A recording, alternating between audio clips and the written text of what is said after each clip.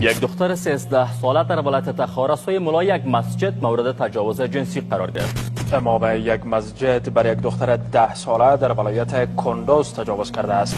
تجاوز یک آخوند به یک دختر خردسال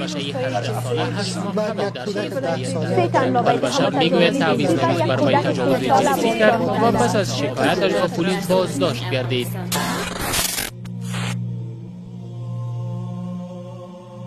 مولای خیالی رو براتون بگم چه قصه است. مثلا در یک مسجد میبرن یک خادمه که مسجد است، او خادم مسجد قرار اونجا یک لندقه رو میارن مقرر میکنن برو دمی بیکار است کجاست میگه برو مسجد خادم شو.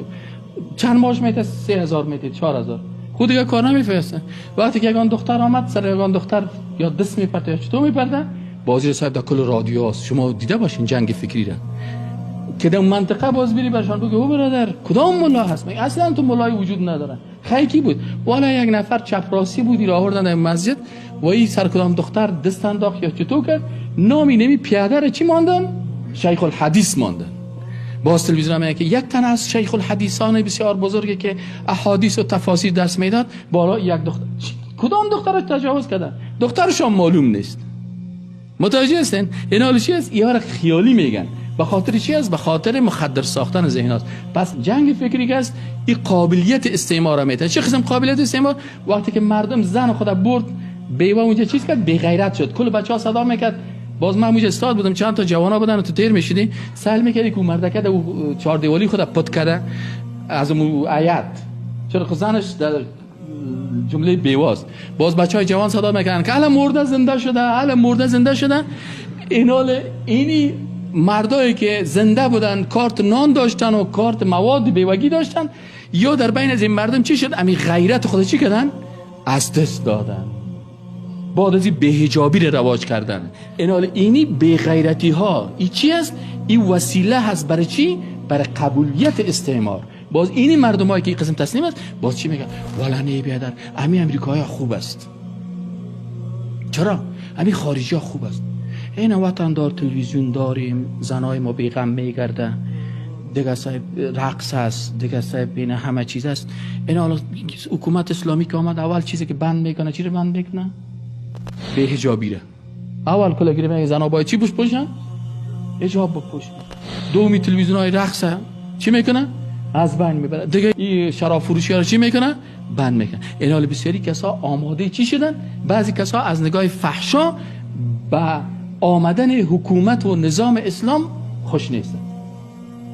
یک تعداد دیگر این قسم جنگ فکر در بین جوانان برای مثلا یک تعداد دیگه که هستن والا خارجی ها باشه خوب کار است خوب مؤسسه است خوب چیز است سباکی خارجی نباشه چی میکنه باز اقتصاد ما از بین میره. در 3000 دلار مختص سال در 5000 افغانی کارم نمیکنه بیکار لندغر میگرده و میه بیسش باز گدایی میکنه از او خیرات بگی از او خیرات بگی بگی که مثلا چطور است. این حالا بعضی کسا رو چی کردن این مالک مدبی میگه که این قابلیت استعمار است. این جنگ فکریش بعضی کسا فکر میکنن که تنها مسلمانایی رو تعریف میکنن. نه جنگ فکری رو خود غربی ها هم تعریف کردن. مثلا امریکایی ها جنگ فکری رو چی میگن اونا میگن پاور سافت یعنی قدرت نرم. قدرت نرم چی معنی؟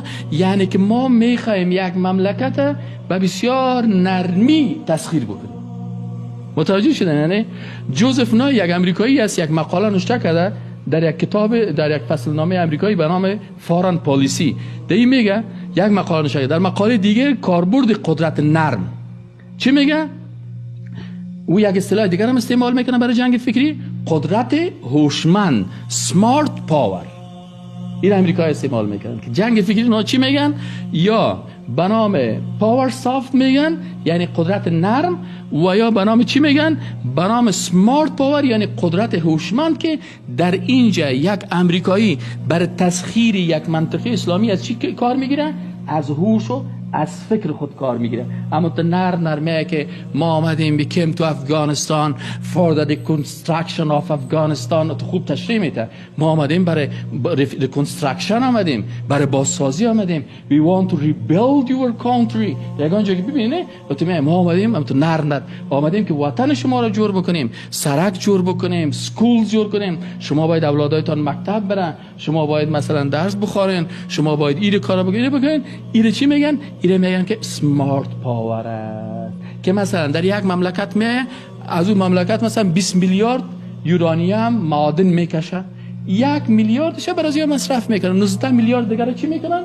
بر خود میبرن. یک وقت خود یاد کردیم که سعی کنین که یک قریه را سعی کنین که در زمین شیشته کجاست، زنده معدن از زیرش کشیده، اما تو خالی و خاک مانده. باز یکی از دانشمندای دیگه شان آمد، بازوا گفتن که نه، ما یک اصطلاح جدید میرم به نام انقلاب نرم، که ما میخوایم دیگه مملکت ها انقلاب بیاریم، غیرتش غیرت اروپایی بسازیم، قواریش قواری اروپایی بسازیم، وطنش مربوط به اروپا بسازیم، فکرش قواریش افغانی لکن مغزش اروپایی.